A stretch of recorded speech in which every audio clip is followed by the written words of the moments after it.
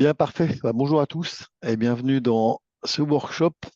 Aujourd'hui, on retraite de la partie Microsoft autour de la sauvegarde de 365 et également autour de l'annonce qui a été faite il y a quelques jours autour de la solution Entra ID qu'on va maintenant couvrir côté IQ. Alors, je suis accompagné de Christophe en charge de la partie technique sur la région francophone. Euh, donc, pour vous représenter un petit peu IQ, déjà, toc. Donc IQ, on est une boîte américaine, on est basé à Boston. Euh, on a des investisseurs technologiques comme Atlassian, Cisco, Okta, mais des investisseurs aussi financiers, bien sûr, comme Accro et Bain Capital. Aujourd'hui, IQ fait que de la sauvegarde sur différents sujets en termes de on-prem, du cloud et du SaaS, et avec une philosophie qui est de maintenir un Net Promoter Score toujours au-dessus de 90, mais également surtout apporter de la simplicité en termes de nos produits, de nos solutions. Ça, c'est ce qu'on va retrouver. Ça donne une vision euh, et surtout un côté visionnaire à l'entreprise, tel que le dit aujourd'hui Gartner depuis maintenant 3 ans. Ça correspond bien à IQ. Pourquoi? Parce qu'en fait, au cours des dernières années, on voit bien qu'IQ à chaque fois a évolué et a créé des solutions par rapport à des environnements où il manquait des ressources. Donc la première, c'était à l'époque effectivement Nutanix à l'origine pour créer et sauvegarder les environnements autour d'AHV. On a fait la même chose à la suite vis-à-vis de Google pour protéger leurs environnements dans GCP, hein, Bucket, Kubernetes, VM, quand à l'époque, ben, les gens ne faisaient que des scripts. Ce qui nous a permis d'avoir aujourd'hui une offre multi-cloud qui couvre la partie on-premise comme la partie cloud.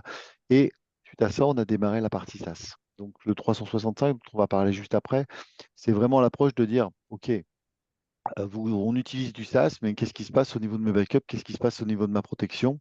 Et donc, par rapport à ça, bon, on a créé une solution capable justement de protéger l'ensemble de la suite et surtout de simplifier la vie, d'apporter tout ce qui était stockage et rétention illimitée. On a fait la même chose à la suite sur la partie Google Workspace, parce qu'il y avait une demande des deux côtés. Mais le constat a fait que globalement, c'est que le monde du SaaS n'était pas spécialement protégé et qu'il y avait vraiment, je pense, à apporter des solutions. Et aujourd'hui, on va voir qu'on apporte beaucoup de solutions sur cette partie-là. Euh, donc, quand je regarde en fait l'évolution du SaaS, et pourquoi cette accroche d'IQ aujourd'hui, parce qu'aujourd'hui, on fait des études, hein, c'est les trois quarts des protections qui sont pas des données qui ne sont pas protégées. Pourquoi? Parce que le monde a évolué vers un monde très tourné vers le SaaS. On fait encore une étude hier, on posait la question combien d'applications SaaS avez-vous dans l'entreprise? Majoritairement, les gens vont dire en moyenne 20. Voilà. Dans la réalité, quand les études sortent, on voit en fait qu'il y en a 200. C'est à peu près les études qui ont été faites, hein. Pas seulement au niveau des États-Unis, ce qui est intéressant, c'est que c'est les mêmes choses au niveau européen. On trouve à peu près ce même quantité, ce même nombre de 200 applications SaaS qui sont protégées en moyenne dans les entreprises. Donc ça montre quoi? C'est-à-dire qu'à un instant T, on peut se poser la question comment ils sont protégés. Tout le monde pense que ce sont l'outil SaaS qui le protège. C'est-à-dire j'ai acheté ma solution Jira dans le cloud, c'est inclus dans la solution. Et en fait, quand on regarde la solution, on se rend compte qu'à chaque fois, c'est la même chose. Dans le Share Responsibility Model, c'est au client d'assumer et d'assurer la sauvegarde de cette solution. Donc, partant de cette hypothèse-là, on a créé AirCloud. AirCloud, c'est une plateforme de développement qui nous permet en fait de créer des plugins euh, grâce aux API en fait et créer des solutions clés en main pour chaque application SaaS. Donc, le principe est assez simple, hein. Chacun vient avec ses différentes technologies, hein. Je m'appelle GitHub, je m'appelle Atlassian, je m'appelle Okta. Nous, on travaille main dans la main avec eux pour mettre en place ces plugins et à la sortie, créer une solution clé en main en fait pour sauvegarder l'environnement. Ce qui est important, je rappelle, hein, on n'est qu'un software, là on est vraiment dans du pur SaaS. Et bien sûr, c'est la partie stockage, la partie repository est à, est à réfléchir en fonction de chacun des clients par rapport où ils veulent la mettre. Donc ça, c'est l'approche qu'on a et aujourd'hui, on peut voir qu'on a une soixantaine d'applications qui sont couvertes. Donc ça, c'est assez intéressant. L'autre point, c'est qu'on va trouver également des services dans le cloud et ça permet vraiment à IQ d'avoir une solution vraiment multi-cloud, multi-SaaS. Alors si je fais une petite parenthèse avant pour expliquer ça, c'est que si je prends l'exemple d'Atlassian, vous allez retrouver directement dans le iqprotégé.com la capacité de pouvoir sélectionner la solution qui vous intéresse Et surtout, ce qui est important, comme on le disait, c'est que globalement, vous allez pouvoir restaurer les mots-clés qui sont rattachés à chaque produit. Dans Jira, on parle des pics, dans Confluence, on parle de Space. Ce n'est pas les mêmes points importants à remonter. Et ce qui est important, c'est que moi, si je suis administrateur de backup, j'ai la capacité de pouvoir répondre aux besoins des équipes en disant, ah bon, tu vois, tu bosses sur Confluence, qu'est-ce que tu as besoin de restaurer? J'ai besoin de restaurer une page. OK, pas de souci. Je te la restaure au même endroit ou ailleurs. Et voilà, ça s'arrête là. Je n'ai pas besoin d'être compétent sur l'ensemble des 200 applications SaaS qui sont dans l'entreprise. Donc ça, c'est l'approche d'IQ. On va retrouver la même chose côté Okta, puisque c'est l'authentification qu'on couvre aujourd'hui depuis un an. Et pareil, les mots-clés vont être différents. Euh, Quand on va s'approcher pour avoir cette vision-là, une fois qu'on s'est connecté avec l'authentificateur, Okta ou Entra ID, ça va nous permettre de découvrir l'ensemble des éléments qui sont dans, euh, dans mon système et à ce moment-là, de me poser la Mince, bonne j'ai question. j'ai plus de batterie sur mes écouteurs. Du coup, j'ai mon son qui est activé, si ça te dérange pas. Non, non, non, non, non, non. Et J'écoute est-ce un que, et est-ce que webinaire globalement, en avec fait, IQ. je vais pouvoir justement retrouver en fait la vision en fait des solutions qui sont ou non protégées. Donc, si on regarde la partie collaborative, alors j'ai volontairement laissé la partie 365 et Google Workspace dans la même case. Pourquoi? Parce que globalement, on va voir que la solution est la même pour les deux solutions et que les spécificités et le mode de fonctionnement est le même. Alors, c'est les mots-clés qui vont changer. Mais globalement, comment on protège IQ pour 365? Ben déjà, ce qui est important, c'est qu'on couvre l'ensemble de la suite. Il n'y a pas à se poser la question de dire est-ce que je vais protéger que mon SharePoint ou que mon OneDrive ou que mon messagerie. Je protège l'ensemble. C'est complètement automatisé. Donc, il n'y a pas besoin d'installation particulière. Je n'ai pas besoin de penser à comment je vais gérer mon stockage, quelle est la puissance de mon environnement, si j'ai 10 ou 10 000 utilisateurs.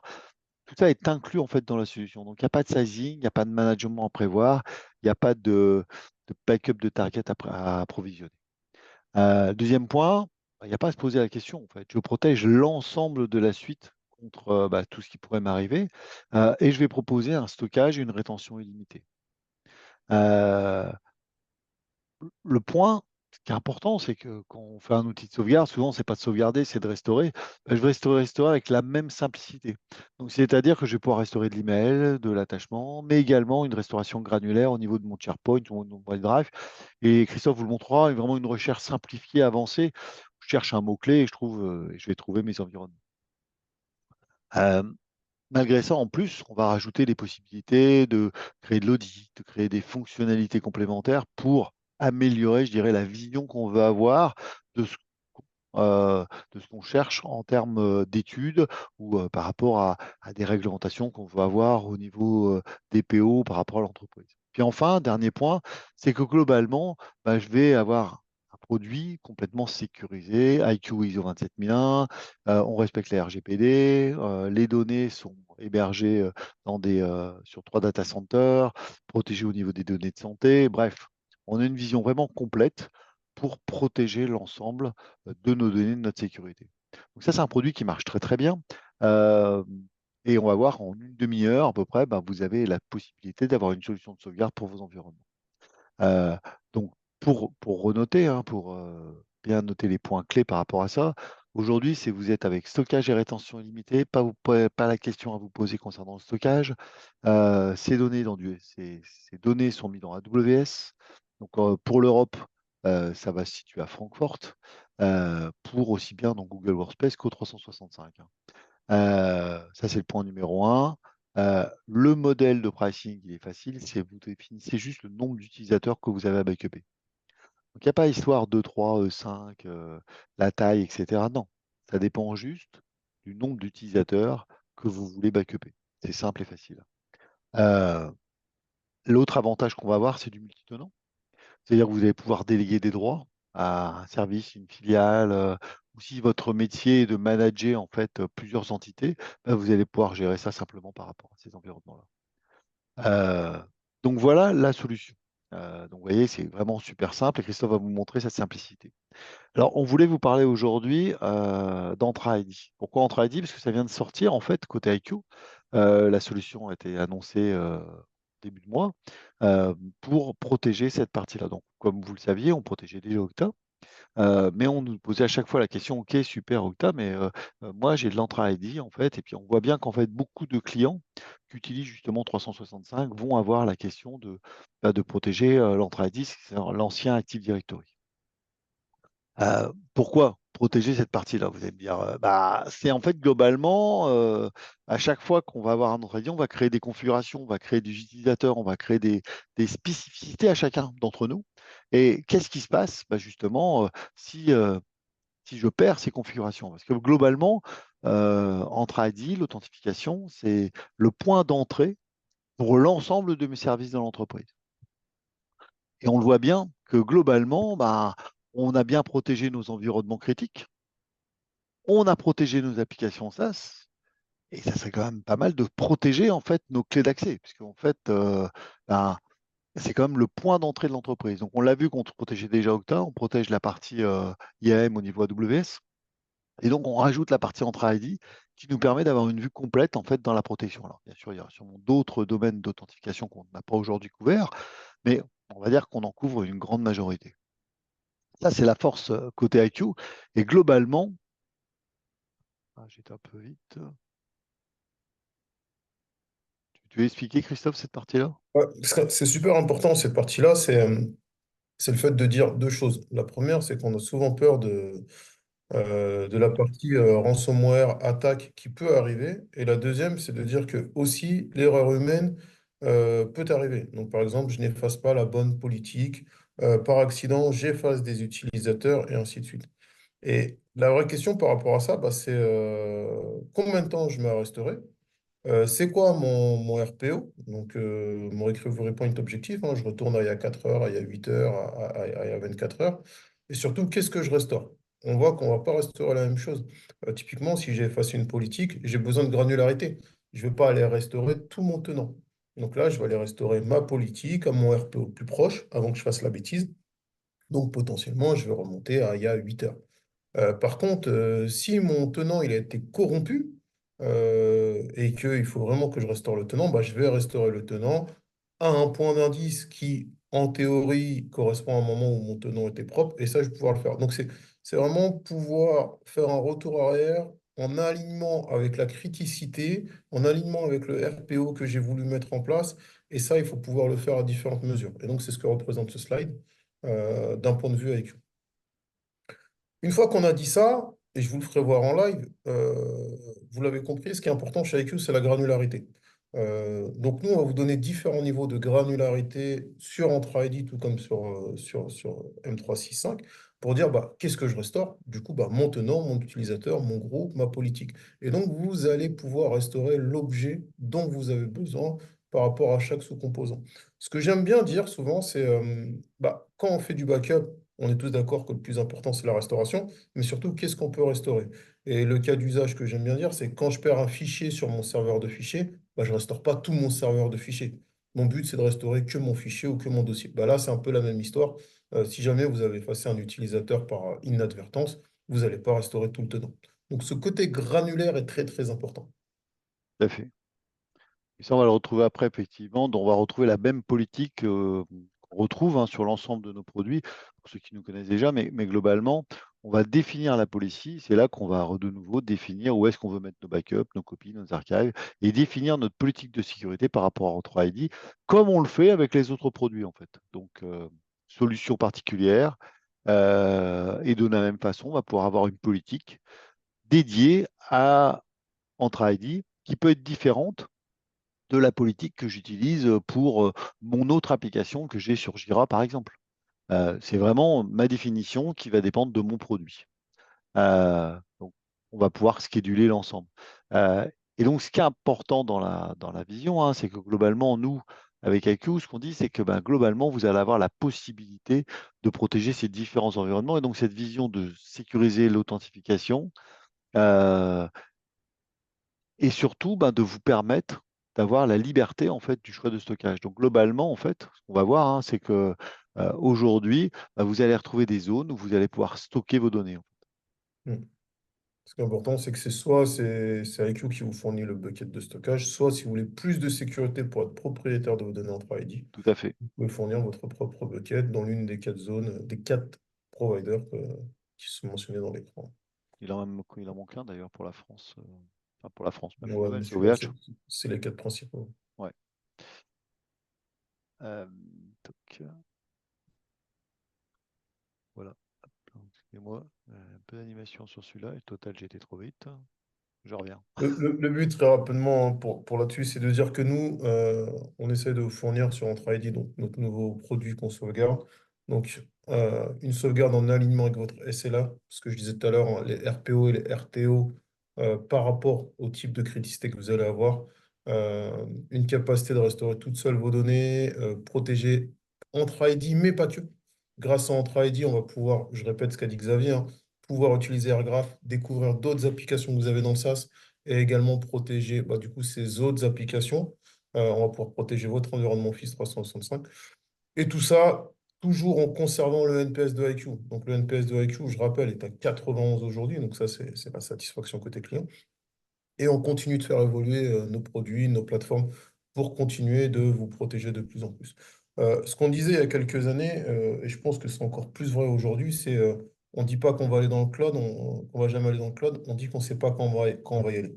Aujourd'hui, sur le monde du SaaS, sur le monde de la gestion de l'identité, c'est exactement la même chose qui est en train de se passer. Je ne dis pas que je ne ferai jamais de SaaS, je ne dis pas que je ne ferai jamais d'identité. Je ne sais pas quand je vais y aller si j'en fais pas encore. Comment est-ce qu'on traduit ça? On traduit ça par le fait, beaucoup d'entre vous sont déjà sur Office 365, et je pense que c'est pour ça que vous êtes présents aujourd'hui, parce qu'on a été forcé par Microsoft à y aller. Aujourd'hui, on a également de plus en plus d'éditeurs de solutions logicielles qui ne proposent des applications que en mode SaaS ou qui obligent à basculer en mode SaaS. Ça, c'est une autre variable. Et sur la gestion des identités, il y a encore 5 10 ans, on ne parlait que d'Active Directory. Ce n'est plus le cas. On voit qu'Active Directory ne répond pas à des besoins de travail collaboratif avec des partenaires extérieurs. Active Directory ne répond pas à des besoins de travail avec des outils externes de type SaaS. Si demain vous voulez avoir une authentification unique sur du Salesforce, vous allez plus vous appuyer sur votre Entra ID. Et donc, en fin de compte, l'écosystème extérieur nous force à aller vers ces outils. Et toute la question, c'est de dire, avant, je pouvais très bien protéger mon environnement informatique parce que j'avais ce château fort, hein, tout était chez moi, je le protégeais et c'était facile. Et maintenant que je dois protéger des îlots à gauche, des îlots à droite, dont je ne suis pas forcément le propriétaire, comment je le protège? IQ nous propose d'être le petit soldat qui vous aide à protéger ces petits îlots à gauche, à droite. Et vraiment, la réflexion, elle est là. Comment je ne baisse pas mon niveau de sécurité tout en gardant de la scalabilité et de l'agilité pour mon entreprise. Parce que quand même, le but de l'IT, c'est d'aider l'entreprise. Voilà. Ce que je vous propose, c'est que je vais vous faire voir à quoi ça ressemble. Donc, aussi bien la partie Office 365 que la partie Entra ID. Si vous avez des questions, n'hésitez pas, soit à les poser dans le chat ou bien à la fin de la session, on pourra en discuter également, très simplement. Alors, je vais commencer par la partie Office 365 et je basculerai après sur la partie Entra ID. Partager l'écran.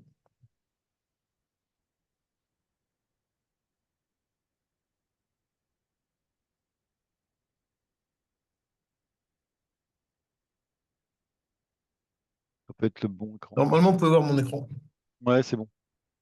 Donc, IQ pour Office 365, c'est une solution 100% SaaS. L'avantage de cette solution, clairement, c'est que c'est une solution qu'on a sortie post-Covid, qui est clé en main, sur lequel vous avez besoin de faire un minimum d'actions. Comment ça va se passer? Demain, si vous êtes client IQ pour Office 365, on reçoit un login de connexion. Une fois connecté à la plateforme, on va arriver sur ce tableau de bord. Ce tableau de bord, la première fois, bien évidemment, il est vierge.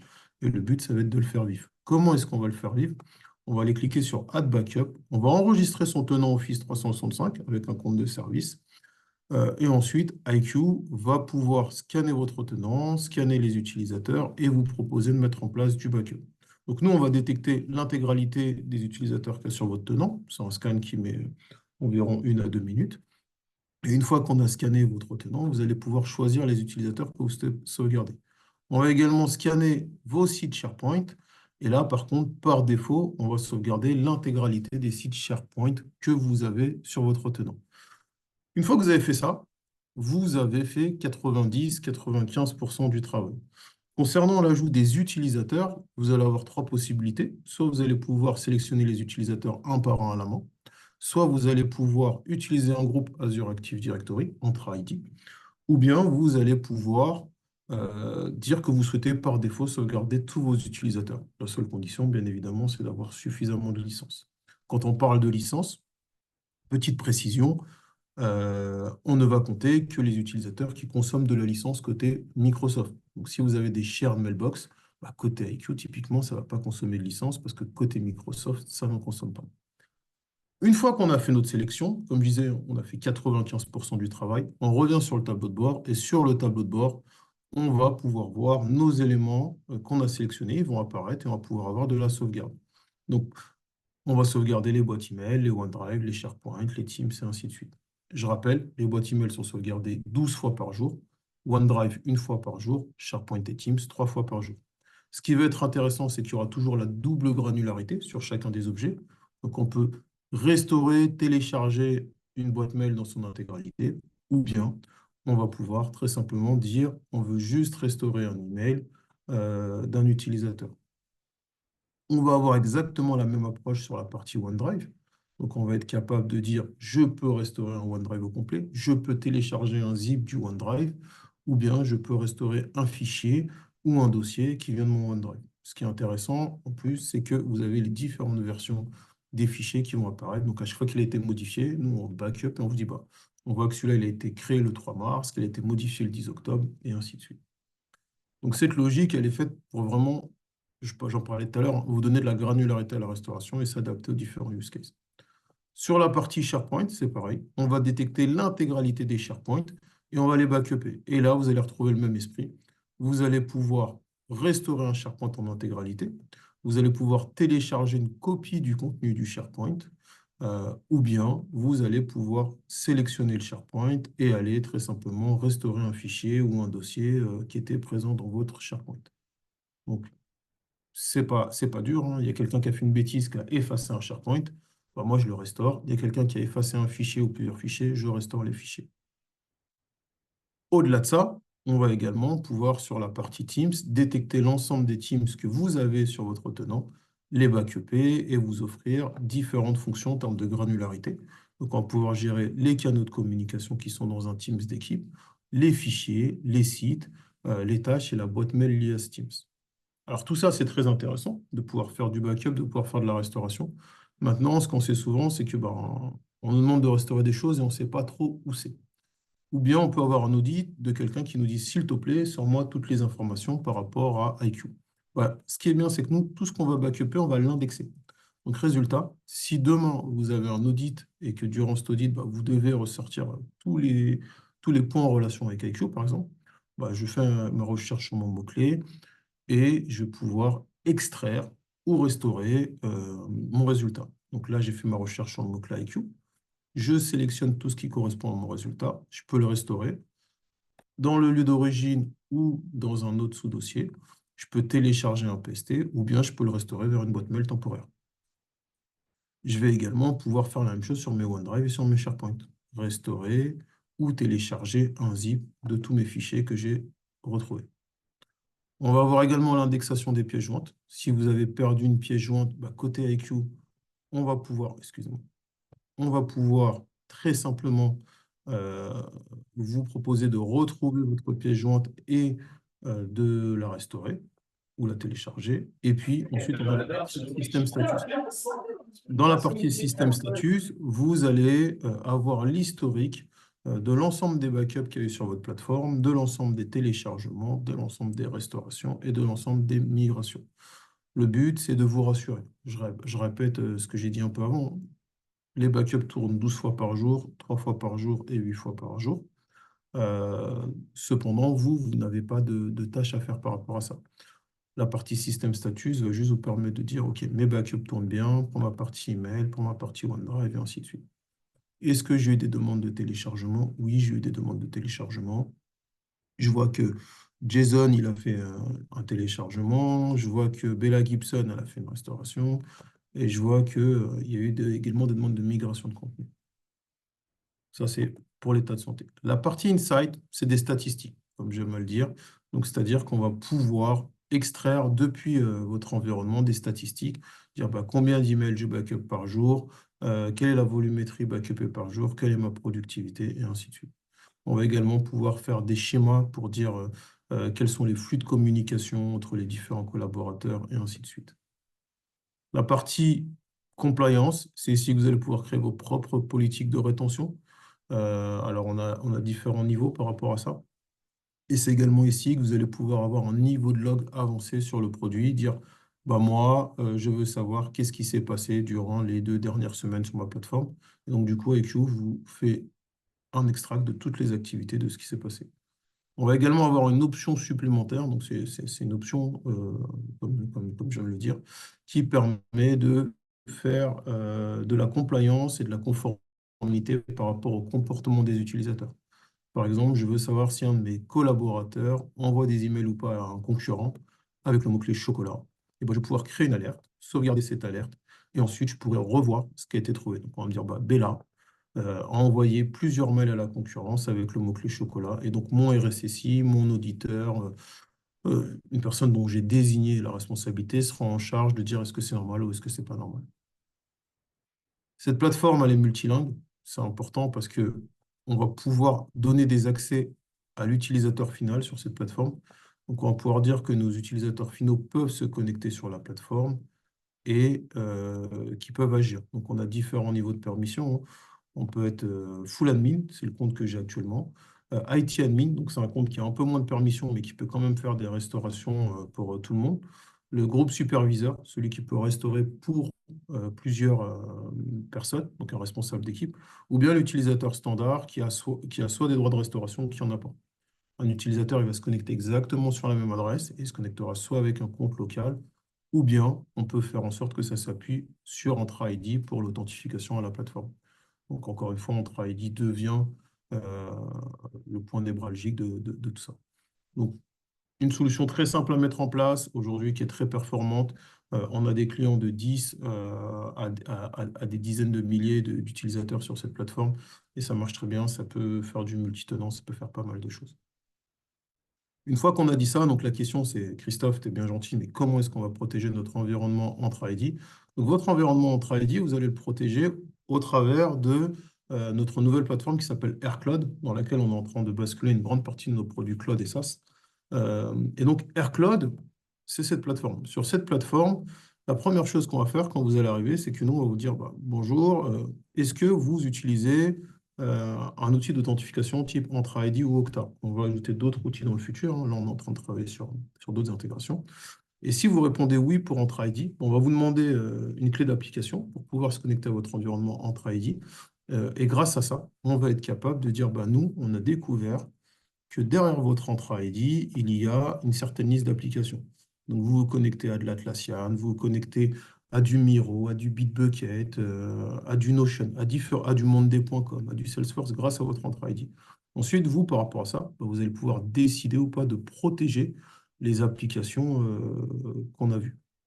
Si vous ne voulez pas le faire comme ça, vous passez très simplement par la marketplace de IQ, vous allez sélectionner l'application que vous souhaitez protéger et puis vous la protégez. Donc, on va pouvoir protéger de l'Atlassian, comme j'ai dit, pas mal de choses. Nous, ce qui nous intéresse aujourd'hui, c'est la partie Entra ID. Donc, je vais sélectionner ma partie Entra ID, je vais faire More.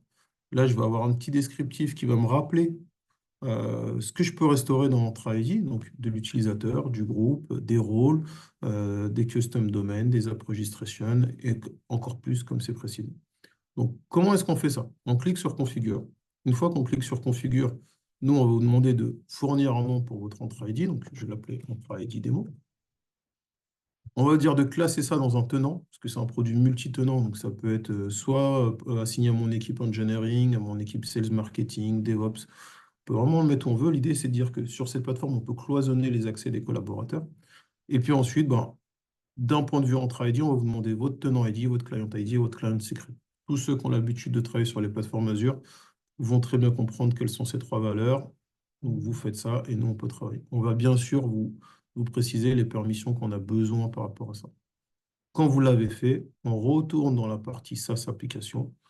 Notre application Entra ID va apparaître. et on va pouvoir la protéger. Pour la protéger, c'est plutôt simple, c'est ce que disait Xavier. Alors, soit nous, on fournit du bucket, donc du bucket Google, mais vous pouvez apporter votre propre bucket Google, Azure, Amazon, Wasabi pour pouvoir protéger votre application. Vous allez créer votre politique de sauvegarde, comme vous avez l'habitude de le faire dans un outil de sauvegarde classique, avec des durées de rétention, des plages de backup, des politiques d'archivage, et ainsi de suite. Quand je vais vouloir faire de la restauration de mon Entra ID, ça va être plutôt simple. Je vais faire Entra ID.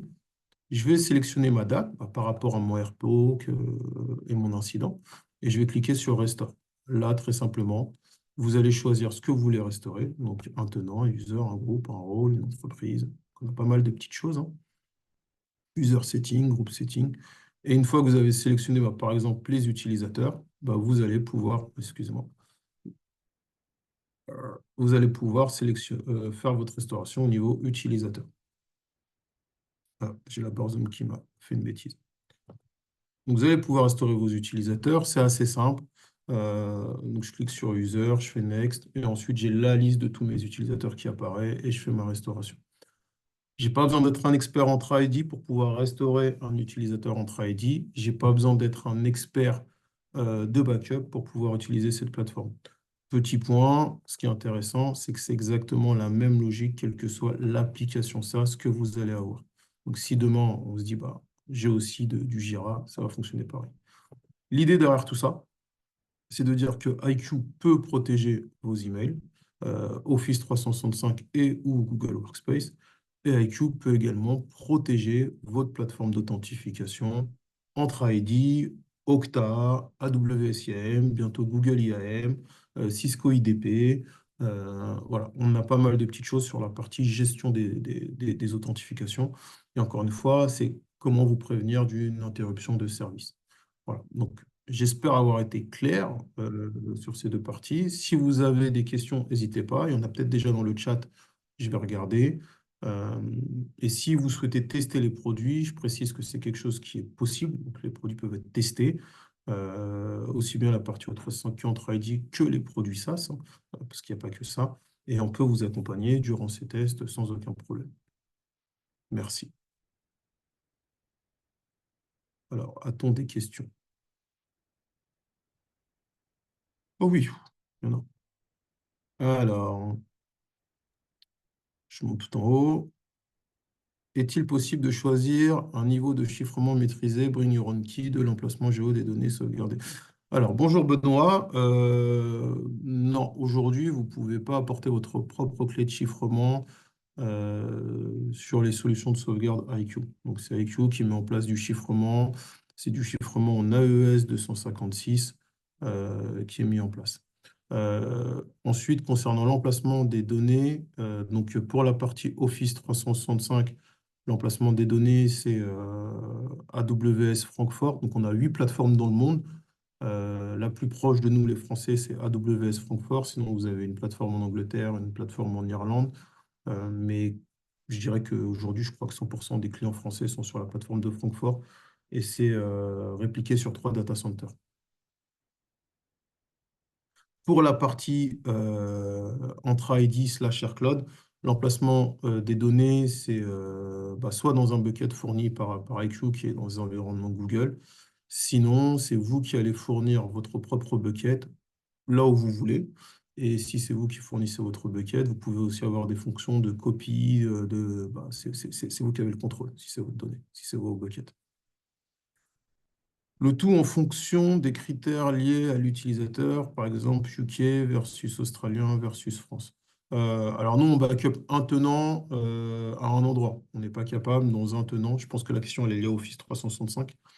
Nous, on n'est pas capable de dire dans le tenant, j'ai des utilisateurs français et des utilisateurs australiens. Les Français seront backupés en Allemagne et les Australiens à Singapour.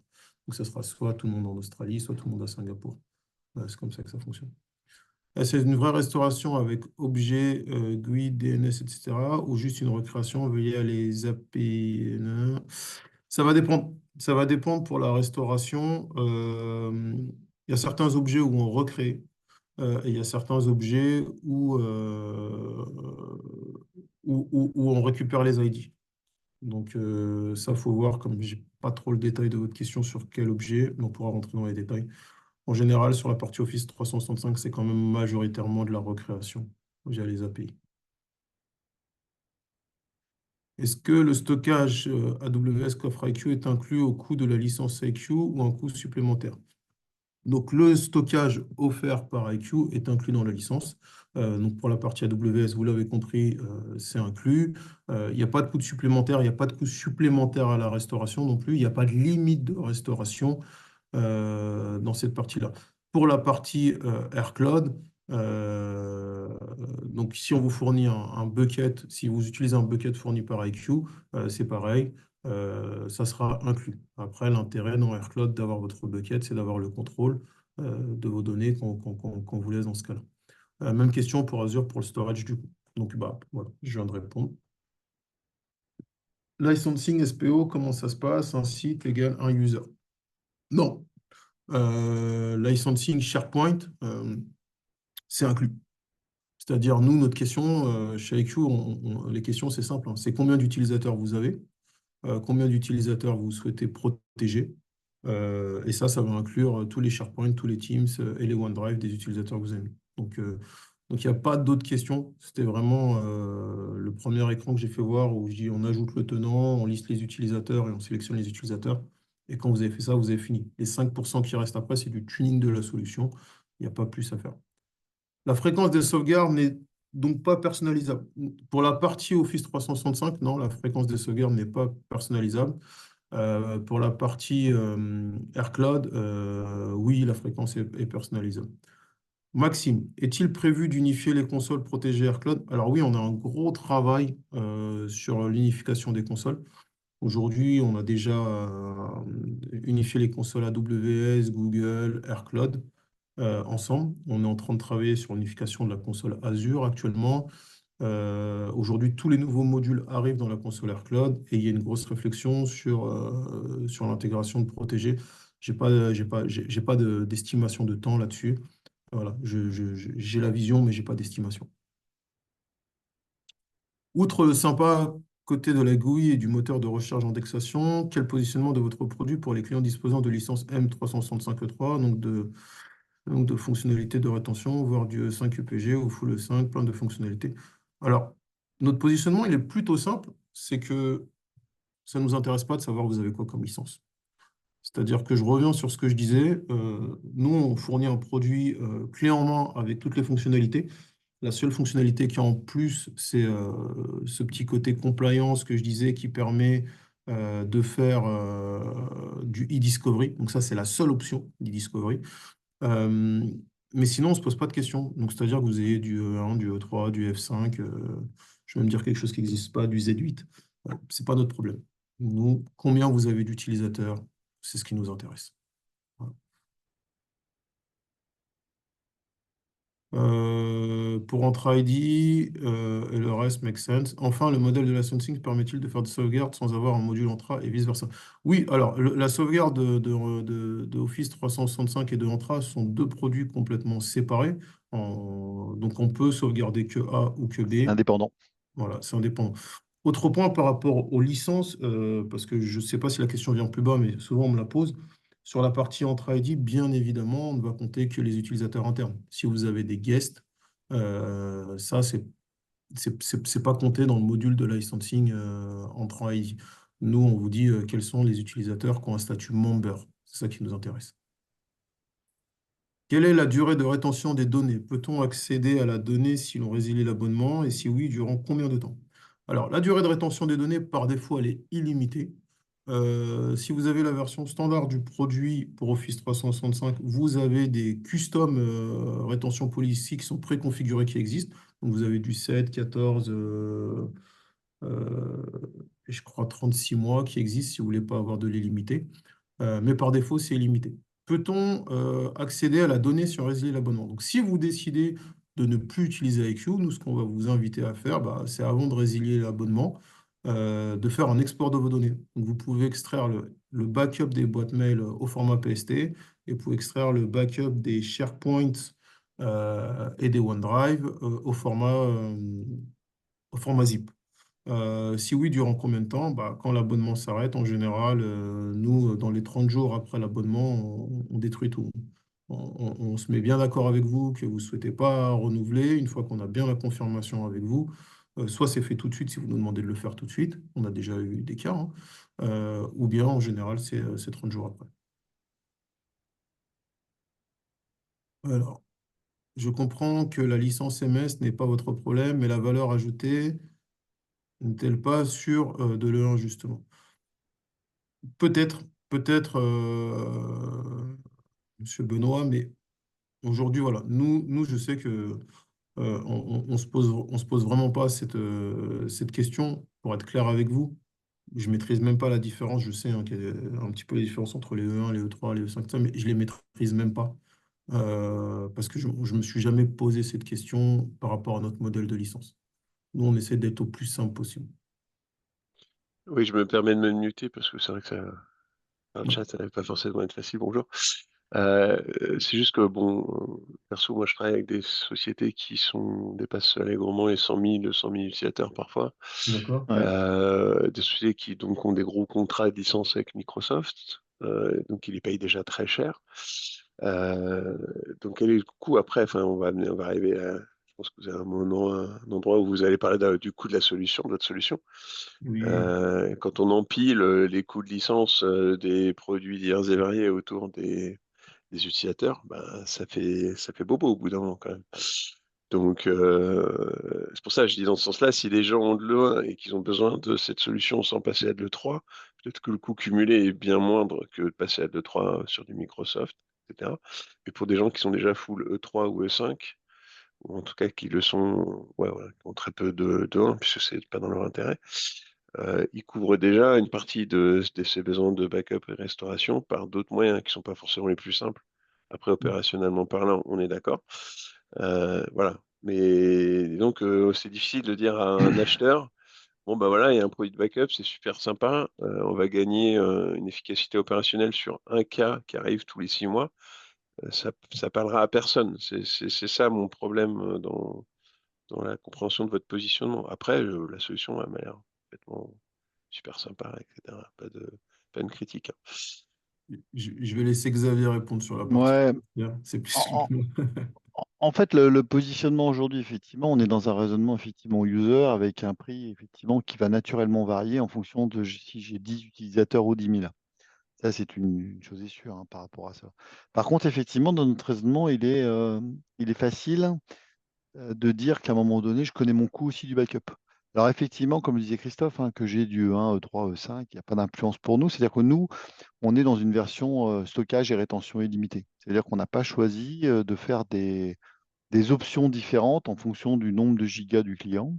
Et donc, effectivement, par contre, on va savoir adapter notre pricing, c'est-à-dire notre niveau de remise pour être attractif, bien sûr. C'est-à-dire attractif en fonction du cas de chaque client. Mais de façon générale, par contre, ce qu'on peut constater, c'est qu'on est sur un prix fixe. Euh, L'avantage, c'est qu'il n'y a pas de mauvaise surprise. Il n'y a pas de coût de frais digresse, il n'y a pas de coût complémentaire à prévoir derrière.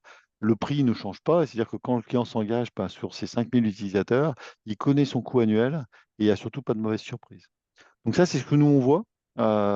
Et ce qui permet d'être assez intéressant, c'est de se dire que effectivement, on se compare naturellement au coût, de combien va coûter la licence Microsoft au niveau du client, hein. Mais de la même façon que lui a super moment de négocier des pricing avec Microsoft, peut-être de la même façon, le discount sera plus important côté IQ pour être bien positionné, pour garder un ratio correct en termes de pourcentage par rapport au prix de la licence à protéger. Mais ça, c'est un peu l'image du backup. Le backup, c'est un peu comme une assurance. C'est de se dire que ça doit représenter entre 10 à 20% du prix de la solution. Euh, Au-delà, bah, c'est pas acceptable. En dessous, bah, c'est une super affaire. Mais c'est à peu près ce qu'on peut retrouver en termes de stats. J'en profite pour la parole sur le sujet.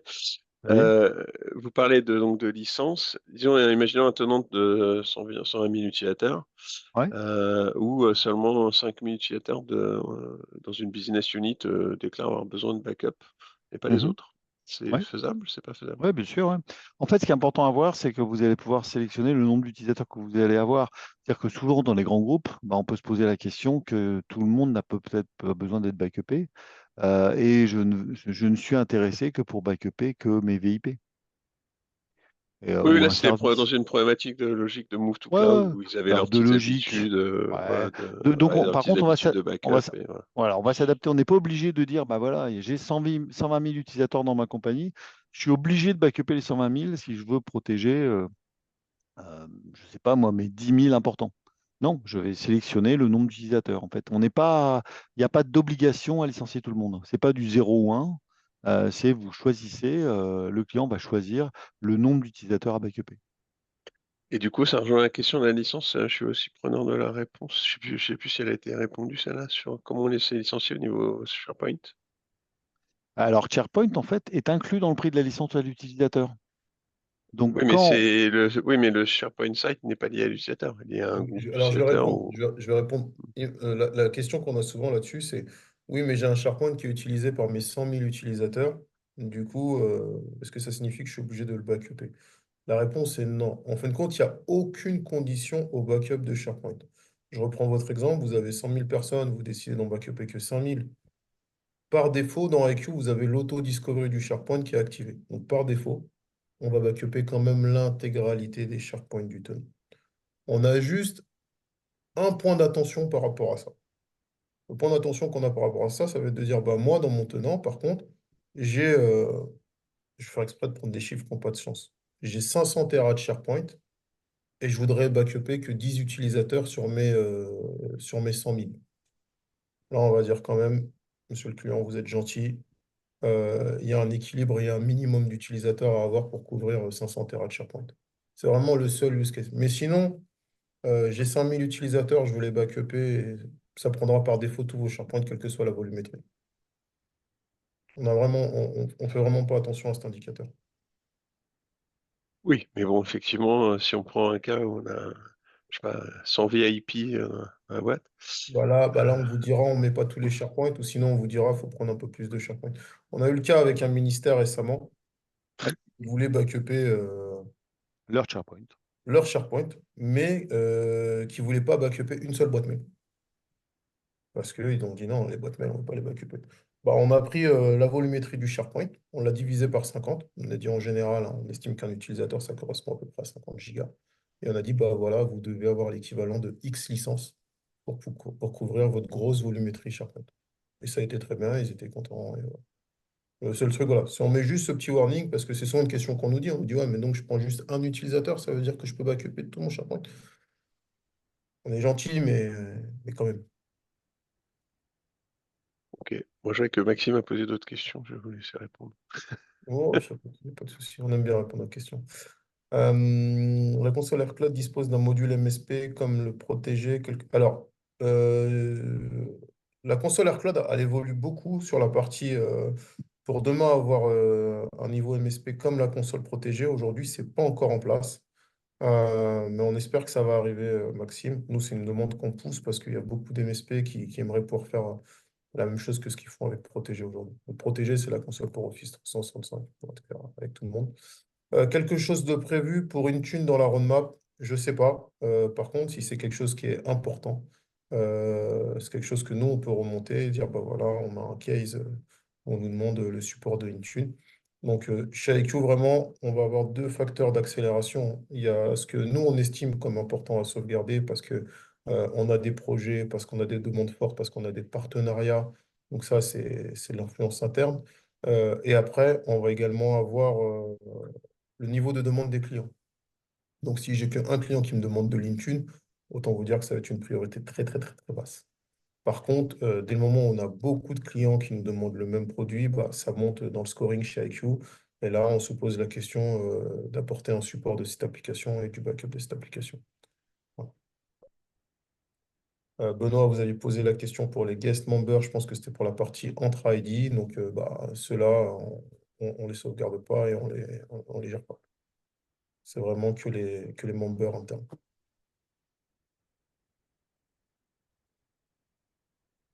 Voilà. C'était intéressant, des bonnes questions. Ça fait plaisir.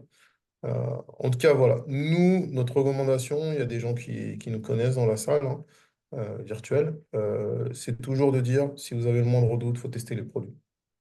Tester, tester, tester. C'est comme ça que vous avez le moyen de trouver, si ça ne correspond pas à votre besoin, si vous avez quelque chose de particulier que vous souhaitez réaliser et qu'on ne sait pas réaliser avec IQ, ça peut arriver. Et le fameux NPS score de 91, bah, c'est parce que bah, des fois, les tests, ça sert aussi à se dire que c'est pas le bon moment, que vaut mieux attendre 6 mois qu'IQ ait une fonctionnalité en plus. Mais voilà, nous, on pousse au test. Salut Christophe, j'active le micro, c'est plus simple. Bonjour Maxime. Salut Xavier. Salut. Je pense que bah, vous connaissez notre philosophie. Ce serait intéressant de se rapprocher de Pierre pour peut-être faire un petit POC là-dessus, Ouais. ne serait-ce qu'en interne sur la partie Entra. Ouais.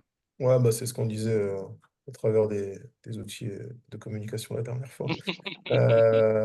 Mais pas de souci. De toute façon, en plus, vous, c'est facile. Vous allez avoir tout ce qu'il faut pour activer très rapidement.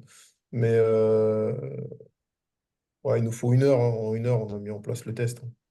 Donc, dès le moment, c'est un peu ce que je faisais voir dans la donnée, dans la démo. Si on sait récupérer son tenant ID et ses clés d'accès, la console AirCloud, votre accès, il est provisionné en moins de 10 minutes. Donc, chaque client a un accès et un environnement isolé sur AirCloud. Et donc, on met 10 minutes maximum à le provisionner. Et ensuite, bah, si on a les clés, c'est très, très rapide. Ouais. Donc, Je suis ça, ouais, pas, ouais, je suis pas très inquiet. on peut se planifier. Ouais. Puis tu connais la philosophie des produits. Donc. Mais effectivement, ouais, Intune, si Bah, toutefois ce il y a qu'on des choses propose, qui se mettent dans les tuyaux par rapport à ça, parce que c'est vrai que nous, voilà, bah, ça monte un ce petit peu qu'on en pourra faire, puissance. c'est que quand on mettra en place le test, en fin de compte, chaque personne, quand on met en place un test, je ne l'ai pas fait voir, mais dans la console AirCloud, vous avez la capacité, vous, de faire des demandes de plugins. Donc, il y a un bouton Request for new plugin, et comme ça, chez nous, c'est enregistré de façon officielle dans une base. Voilà, on a Maxime Simon de telle compagnie qui a fait telle demande de tel module, et donc c'est mis en place. Et donc, c'est encore mieux que la méthode email parce que c'est tracé de façon demande officielle. Donc, quand on mettra en place le test, on pourra le faire. Ok. Voilà.